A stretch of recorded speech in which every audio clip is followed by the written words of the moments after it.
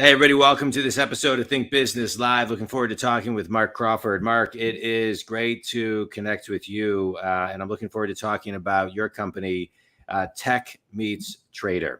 Yeah. One of the things I love doing about a podcast is I think community, you really got to listen up on this one because as a business coach, I work, Mark, with successful people who are stuck and I get them unstuck. And what I love about this podcast is I have guests on the show that fill a space to also get my clients unstuck. And here we're going to be talking all about blockchain. That's why I said to everybody, kind of get your kind of ears open because everybody needs to figure out what this even means because a lot of people don't. And you guys are a consulting firm where you help build and scale startup blockchain companies. That's And great. so let's dive into that. Let's start really basic, okay? And so kindergarten, maybe nursery school level, Mark. What is blockchain, right? So for those who don't understand what blockchain is, explain blockchain. So blockchain, it's a decentralized ledger technology, but it's more than that, right? I think that people get caught up in the actual blockchain infrastructure side of things. Really, at its core, it's a way to manage data in a duplicative fashion that sort of disregards the need for one central point of truth, right? The distributed ledger technology allows you to have that same verifiable, authentic truth across an entire network of validated transactions. So, it basically allows for companies who are operating in data, operating in any kind of infrastructure or systems to verify their data, verify what's going on, all in real time. And again, without the need for that one single source of truth. Right. So let's talk about that one point of truth, because I think that's what throws people off, right? Yeah. If I want to, just in simple terms, if I want to go get $100 from the bank, I can go to an ATM machine. I can go to that one point. If I want to go in the bank and talk to somebody and pull money, put money in or pull money out of an account, I have one point. And so I think that's what throws people off is kind of like there's no grounding place to go. So can you just kind of define that a little bit more as far as kind of defining that and also the sense of security that actually can bring? 100%. So, think about this, right? Like the piece of data that you have $1,000 in your checking account, right? That exists in one place. Okay. If that was backed up, if that was stored on the blockchain, that piece of information that you have $1,000 in your checking account is now stored in millions of locations, right? And that record of that, verifiable record is stored redundantly across all of the different, transactions on the blockchain. So when you actually go to say, okay, well, how much money is in this wallet? What is actually going on? What's the history of this? What's the transaction of it? It's been verified each time a block has been processed on the blockchain, right? A block being a unit of measure. And versus going to Bank of America or going to something like that, where, of course, now they're all using blockchain technology to verify a lot of these things. So this is more of an antiquated answer, but, versus going to that. And at the time, right, it's stored in a ledger, right, in a central database. If that database were to fail, or if anything were to happen to that information or that record keeping system, you have a much larger scale problem on your hands than in a time where now people are using blockchain to store and to verify their data and their transactions because, it basically hedges against crises in database management. Yeah. That's one way to look at it. Yeah. It's so funny when I hear you talk. So I just turned 50. And when I was 23, my brother and I and a buddy started an internet company. In early 95, June 95. And we sold it 2 years later. And when we would just talk about what a website was and potential e-commerce, it was like people couldn't comprehend it. And so I think there's this learning curve. I don't know if you ever read Jeffrey Moore, Crossing the Chasm book. It's a great book. You would really like it. But he has kind of a chart that talks about early adopters. And then there's the laggards, right, that kind of come along. And so let's talk about the early adopters, because those are the people that you are helping. Right. 100%. Yeah. And so check out that book, read it. I will. I wrote it down. If you decide to read it, call me after, because it's a really fascinating book. And I think it's really applicable in your business specifically. But let's talk about the building and scaling of these blockchain companies. It seems to me, and tell me if I'm wrong, that the people that are starting these are the young 20s, right, out of college. I'm not saying that older generations aren't, but there's an understanding of the technology from the millennials and the Gen X's, the Gen Zs, that are understanding this and figuring out like, hey, this is a company. And so just kind of take people there to the where the brain, the brains of these startups are coming from. It's an interesting question, and it's actually a fundamental part of our ethos and how we select companies that are in either our venture fund, even companies that we accept into the consulting business. And it gets into the sort of psychographics of the entrepreneur themselves, right? And whether or not they have that execution factor, whether they have that drive, whether they have that like hunger and passion to succeed, right. So much more oftentimes than whether or not their initial business idea we feel is viable in the marketplace. Because if you're the right entrepreneur, you'll evolve that business idea into something that does fit. Correct. But what we see time and time again is it's two types of people. One is you're right. It's people who are, sort of young and they're early adopters and they're able to sort of grasp these concepts much faster. But two, it's a lot of legacy entrepreneurs. It's a lot of serial entrepreneurs who have gone through several successful startups, several successful exits, who have seen, what it takes to build and to adapt into the marketplace. And they're taking a lot of their sort of legacy industry and business problems and then implementing a blockchain solution for that problem.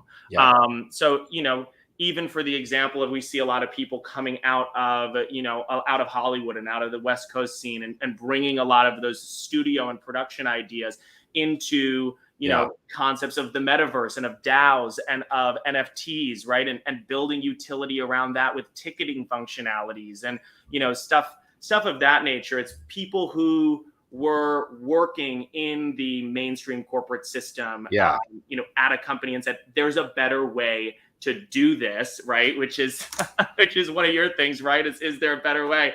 There's a better way to do it. They see that building the better way involves blockchain. Maybe it involves a token, maybe it doesn't, but it's that sort of passion and that drive that. I want to continue this piece of the conversation, but I want to just kind of touch on for a minute, think community, something that I think is important to pay attention to. There's a lot of companies that are starting. I'm just going to take it out of like the blockchain world because I just want to kind of give another example. There are companies, you can start a virtual company today where you have, 10 to 100 plus employees and have no physical office space. And a lot of people are looking at, what is the better way? What it requires is whether you have an office or don't have an office, frankly, for both. More importantly, I think in today's world, because a metaverse you could kind of think of starting a hybrid company in a metaverse way-ish. But what it requires is having more structure and discipline and systems and processes and checklists. And I think the blockchain world seems to inherently have that. And so that's why I want to kind of like talk about the two in parallel, because, for those who can't understand kind of this like invisible universe that a lot of this is all being built in, I'm just trying to kind of apply that most people can kind of see in any company starting with employees that's virtual, no office. It's just kind of talk about that for a second, Mark. 100%. And it does involve a very specific skill set, right? Like managing a fully decentralized team is really unlike anything we've ever experienced in corporate America, right? You're so used to being able to look over someone's shoulder, and being able to do that without feeling invasive virtually is hard to do. the blockchain industry has been doing that since day one, right? It was never something that was built in an office. So in that sense, we saw like a great acceleration of top talent flooding into blockchain during COVID and during the pandemic, not only because the age bracket of that demographic is what? Age bracket of that demographic, I would say, honestly, the older demographic started flooding into like more established people in their careers, started flooding into these blockchain roles strictly because the management style in this industry was so much better at managing decentralized that people who were frustrated at their corporate jobs with how, with what a mess they came over. So but let me ask you a question. So the seasoned people who are maybe moving in, right? Are they teaming up with the 20-somethings too? Yeah, that's what I want to touch on, because that's what I'm seeing too, right? So to me, it's the 20-year-olds are teaching I'm just using me as an example, the 50-year-olds, and the 50-year-olds are teaching the 20-year-olds. It is a balance of it's a very equal relationship, which is different than kind of the old school 1950s, 1980s, relationship. So talk on that a little bit. I think it's so interesting, and it's such a good point, because you do see mentorship almost running both ways now, right? Correct. Where like when I started out and I was in corporate America, I had like a mentor, but I was not mentoring anyone, right? I was fresh out of college. I didn't have anything to give.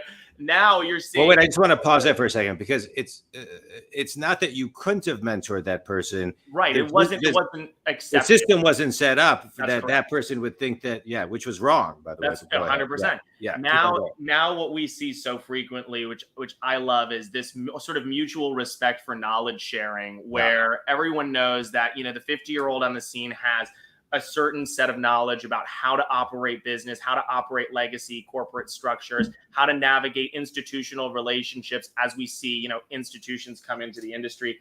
And then you have the actual industry knowledge sitting in the younger demographics and that younger age group, and that's being shared up. So it's honestly this symbiotic relationship that I'm excited to see, like traditional businesses take on more as they start to grow and adapt their company structure. I think we're even starting to see a little bit more in just the traditional tech space coming out, especially coming through decentralized workforces. I'm interested to see how far it bleeds into corporate America, that sort of symbiotic mentorship. Yeah,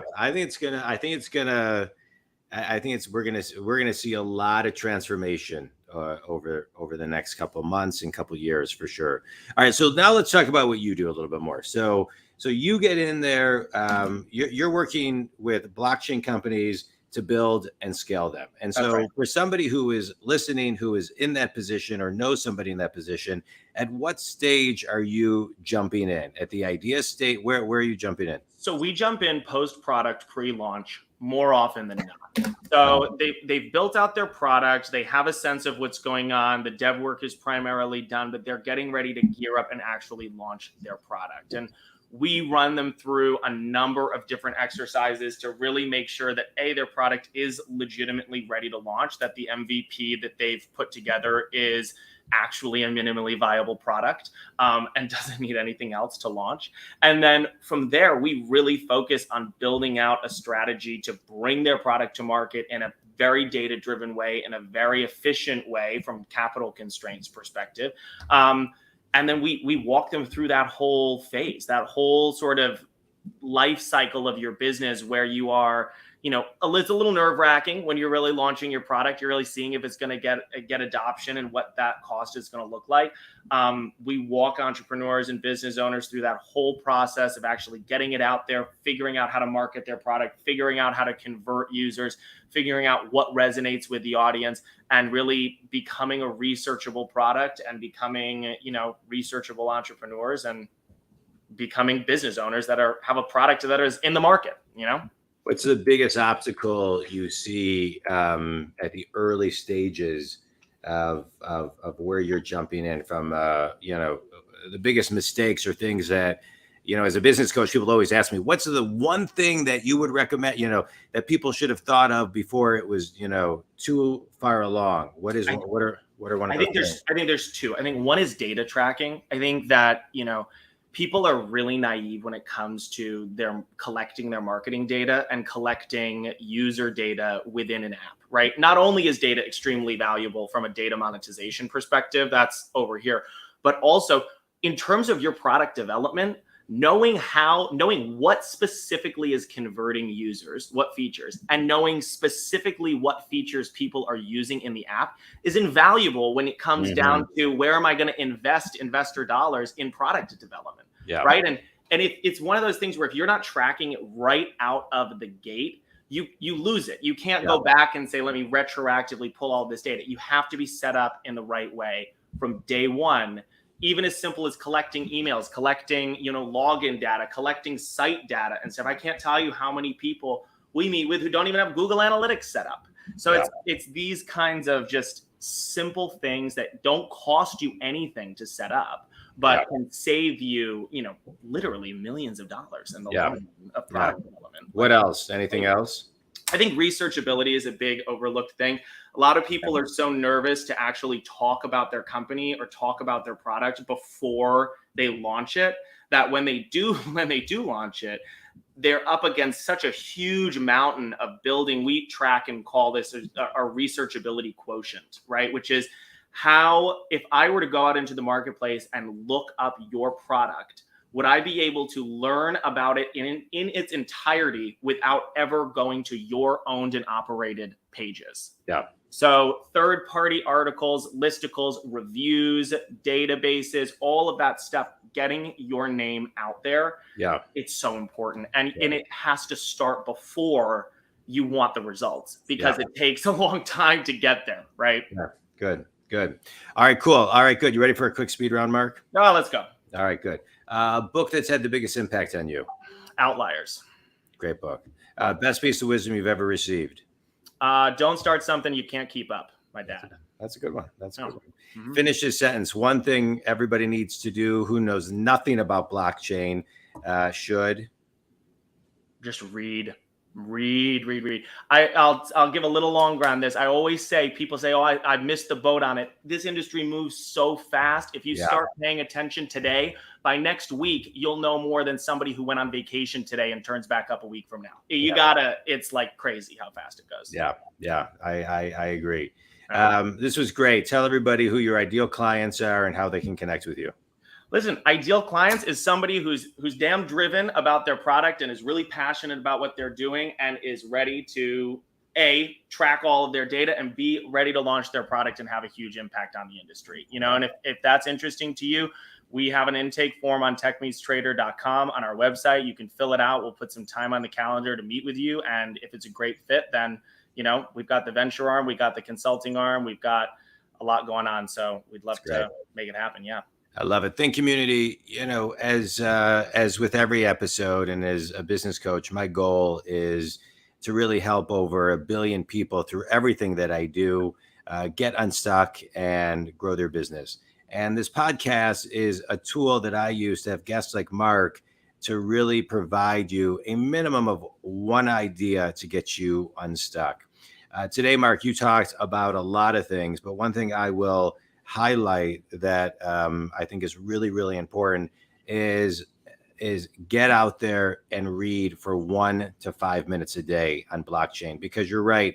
It moves in dog years. It moves so quickly, but it's not too late. And if you want to learn about it, spend a minute a day reading a little bit about it, and you'll start to kind of really get a feel for what it is. Mark, any final thoughts? No, this has been great. Thanks for having me, and looking forward to talking more. Yeah. All right, good. Think community, if Mark can help you, don't hesitate to reach out. Give him your contact information one more time, Mark. Yeah, just go over to techmeetstrader.com, fill out one of the intake forms, and someone will get in touch with you, probably me. Awesome. And if Mark can help you, reach out. If I can help you, please reach out to me. Tons of tips and courses and ways of working with me on my website, jondwoskin.com. Mark, this has been great. I appreciate it. And think blockchain, everybody. Take it easy. Thanks, Mark. Thank you.